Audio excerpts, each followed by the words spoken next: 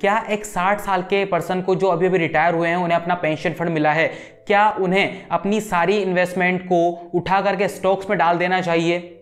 या फिर क्या एक ऐसा पर्सन जिसे अभी नई नई जॉब मिली है, 25 ईयर्स ओल्ड है, उसे अपनी सारी इन्वेस्टमेंट के तौर पर एफडी करा लेनी चाहिए? क्या ये एक बहुत अच्छे इन्वेस्टमेंट टूल्स हैं उन लोगों के लिए, या फिर एक बहुत अच्छे इन्वेस्टमेंट्स हैं? आप दुनिया के हर किसी आदमी से जाकर के पूछिए, ये सबसे ज़्यादा बेकार इन्वेस्टमेंट होगी। यानी कि हर एक पर्सन के लिए, हर एक इंसान के लिए अलग अलग तरह से इन्वेस्टमेंट काम करती है। उसे अपनी इन्वेस्टमेंट कहाँ पर करनी है ये काफ़ी सारी चीज़ों पर डिपेंड करता है। उसे अपनी इन्वेस्टमेंट का कितना परसेंट कहाँ पर लगाना है ये काफ़ी सारी चीज़ों पर डिपेंड करता है। और उनमें से सबसे बड़ी चीज़ है रिस्क एपेटाइट, कि उस पर्सन की रिस्क लेने की क्षमता कितनी है, उस पर्सन की रिस्क लेने की एबिलिटी कितनी है। ठीक है, अब हम बात करते हैं इस वीडियो में, इस एपिसोड में रिस्क एपेटाइट और पोर्टफोलियो एलोकेशन की, कि रिस्क एपेटाइट आपको अपनी रिस्क किस तरह से पता लगानी है, कि मैं किस तरह से रिस्क ले सकता हूं, मैं किस तरह के रिस्क ले सकता हूं, और पोर्टफोलियो मेरा किस तरह से बनेगा, मेरा कितना परसेंट कहां पर जाएगा, मेरे अमाउंट ऑफ इन्वेस्टमेंट कितना परसेंट कहां पर किस एसेट्स में किस कमोडिटी में लगने वाली है। ठीक है, सबसे पहले हम बात करते हैं रिस्क एपेटाइट की। ठीक है, तो रिस्क एपेटाइट के हम लेते हैं 3 एग्जांपल्स और उसी को हम आगे लेकर के जाएंगे पोर्टफोलियो एलोकेशन में। बेसिकली 3 एग्जांपल्स को। सबसे पहले वो पर्सन जो 25 ईयर्स ओल्ड है, ठीक है, रिस्क कैसे डिसाइड करेगा, या फिर हर किसी पर्सन के लिए रिस्क कैसे डिसाइड होती है, रिस्क एपेटाइट कैसे डिसाइड होती है? 2 चीज़ों के लिए। सबसे पहले उसकी एज और दूसरी है रिस्पॉन्सिबिलिटीज। सबसे पहले एज, यानी उसकी एज कहाँ कितनी है, 25 का है, 20 का है, कोई पर्सन 40 का है, या कोई पर्सन 60 साल का है। ठीक है, दूसरी चीज़ है रिस्पॉन्सिबिलिटी। रिस्पॉन्सिबिलिटीज से मेरा मतलब क्या है? रिस्पॉन्सिबिलिटीज यानी कि उस पर्सन पर बाकी के कितने लोग डिपेंडेंट हैं। ठीक है, अब यहां से निकालते हैं risk appetite.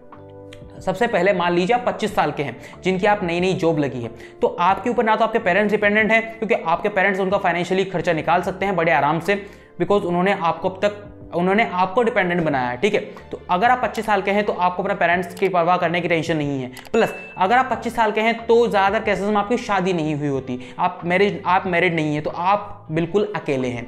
This is a thing कि अगर आप बिल्कुल अकेले हैं तो आपके ऊपर कोई रिस्पॉन्सिबिलिटी नहीं है, यानी कि आपकी एज कम है प्लस आपकी रिस्पॉन्सिबिलिटीज भी बहुत कम है या नहीं है। ठीक है, तो इस केस में आपकी रिस्क लेने की क्षमता, आपकी रिस्क एपेटाइट हो जाती है ज़्यादा, यानी कि आप इस केस में हाई रिस्क वाले इन्वेस्टमेंट्स कर सकते हैं। ठीक है, अब हम लेते हैं एक सेकेंड चीज कि आपकी एज है 40 साल।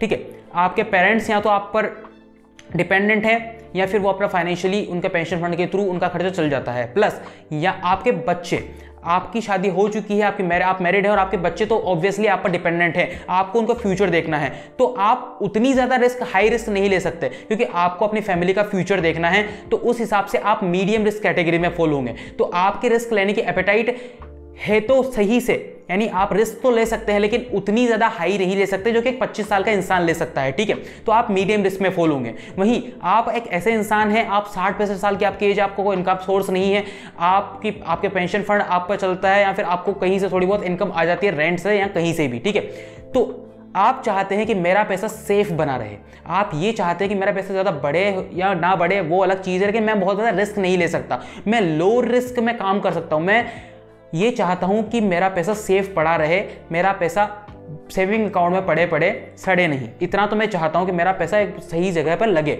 यानी कि लो रिस्क हो, भले ही मुझे रिटर्न लो मिले चलेगा। तो यही चीज़ होती है, अगर आप हाई रिस्क वाले एसेट्स में पैसा डालेंगे तो आपको रिटर्न भी हाई मिलेगा, वहीं अगर आप लो रिस्क वाले एसेट्स में पैसा डालेंगे तो आपको रिटर्न भी लो ही मिलेगा। ये एक कंफर्मेशन चीज़ है। तो यहाँ पर अगर आप 60-65 साल के इंसान हैं जिनके लिए आप इन्वेस्टमेंट स्ट्रेटजी बना रहे हैं तो उन्हें लो रिस्क वाली कैटेगरी में डालिएगा। अब यहां पर बात करते हैं पोर्टफोलियो एलोकेशन की, कि इन 3 रिस्क वाले लोगों के लिए, इन तीनों लोगों के लिए किस तरह की पोर्टफोलियो एलोकेशन होगी, यानी कि इनकी इन्वेस्टमेंट जो है वो कितने परसेंट कहां पर जाएगी।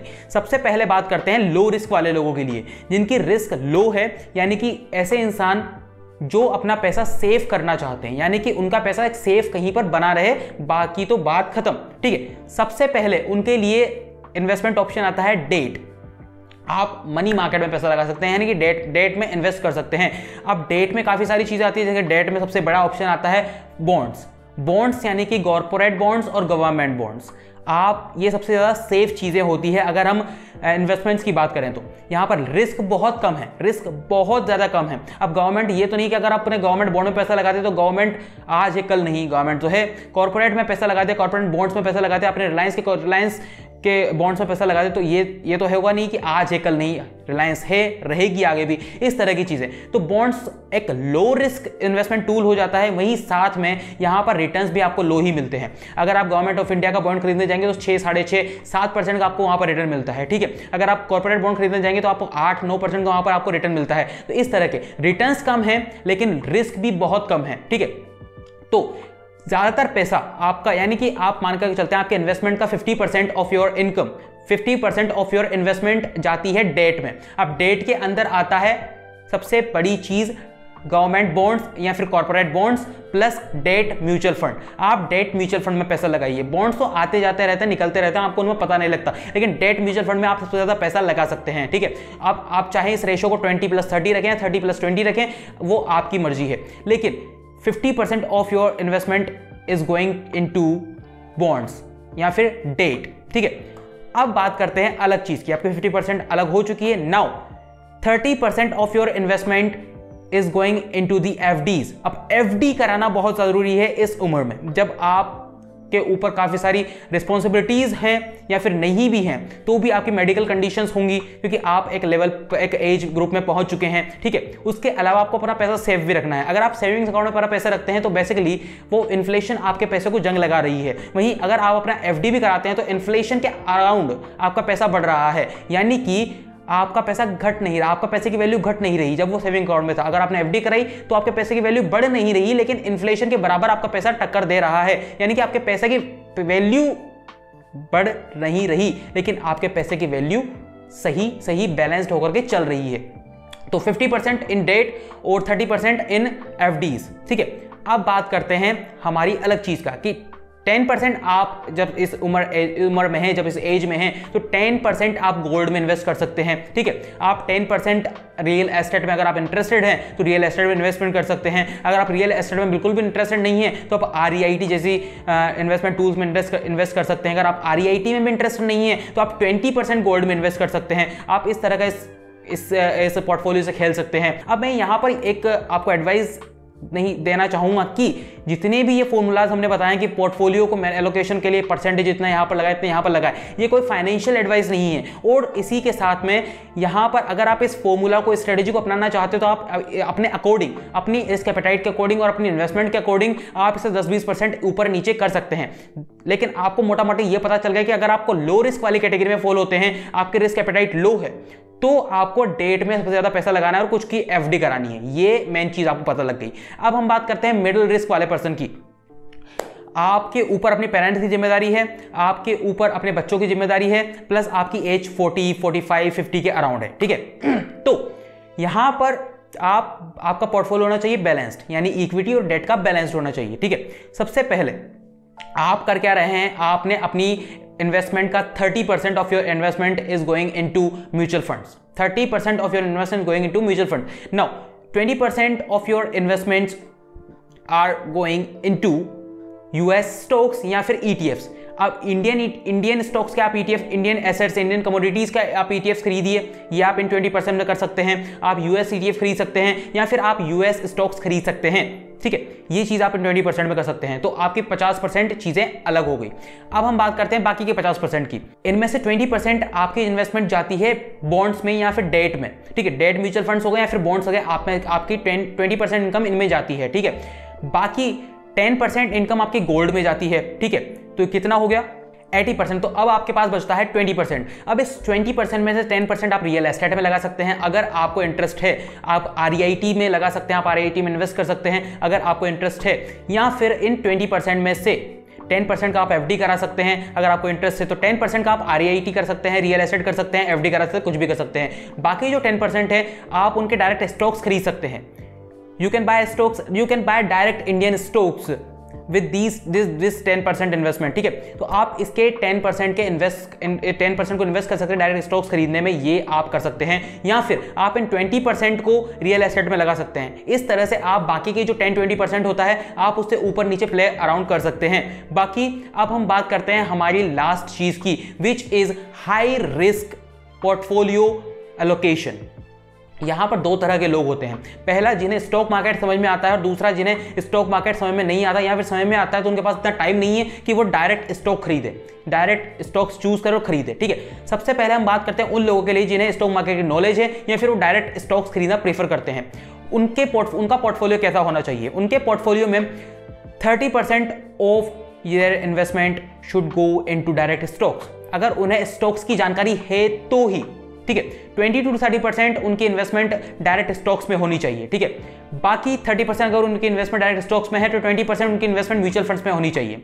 ये हो गया उनके 50% ऑफ पोर्टफोलियो। 20% उनकी इनकम हो गई यूएस स्टॉक्स में और ETFs में। ठीक है, तो ये हो गया 70%। बाकी 30% की बात करें तो 15% उनका क्रिप्टो में चला जाता है। ठीक है, अब बाकी बचा 15%। अब 15% में से वो उसकी रियल एस्टेट में लगा सकते हैं। गोल्ड खरीदना एक जेन्युइन एडवाइस नहीं है। अगर आप हाई रिस्क वाली कैटेगरी में फॉलो होते हैं तो अभी इतनी जल्दी गोल्ड खरीदना की जल्दीबाजी मत कीजिएगा, लेकिन रियल एस्टेट में आप लगा सकते हैं। आप कोई बढ़िया सी प्रॉपर्टी खरीद सकते हैं Tier 2, स्पेशली आप Tier 2 Tier 3 सिटीज में रहते हैं तो आप बढ़िया सी प्रॉपर्टीज में इन्वेस्ट कर सकते हैं। आप REIT के थ्रू इन्वेस्ट कर सकते हैं या फिर आप बॉन्ड्स में इन्वेस्ट कर सकते हैं। तो इस तरह की चीजों में आप बाकी का 15% इन्वेस्ट कर सकते हैं, जो कि आप करना चाहिए। Now we will talk about the person who is not knowledgeable और who is not expert in stock market. यहां पर हम बात करते हैं उन लोगों की जिन्हें स्टॉक मार्केट समझ में नहीं आता या उनके लिए स्टॉक मार्केट नहीं बना है या फिर उन्हें स्टॉक मार्केट समझने का टाइम नहीं है। वो क्या कर सकते हैं? वो अपनी 50% of their income will move into small case plus mutual funds। Mutual funds plus small case, ये उनका 50% ऑफ इन्वेस्टमेंट होगा, जहां पर 30 to 20 रेशो हो सकता है, 20% प्लस 30% रेशो हो सकता है। अब म्यूचुअल फंड्स और स्मॉल केस बहुत ही ज्यादा सिमिलर तो नहीं, सिमिलर होते हैं देखने में, लेकिन चीजें अलग अलग तरीके से काम करती है। म्यूचुअल फंड एक ऐसी चीज होती है जहां पर आप ज्यादा कुछ कर नहीं सकते। आपने म्यूचुअल फंड करा, SIP करी और बाकी बात भूल गए आप उसे लॉन्ग टर्म के लिए।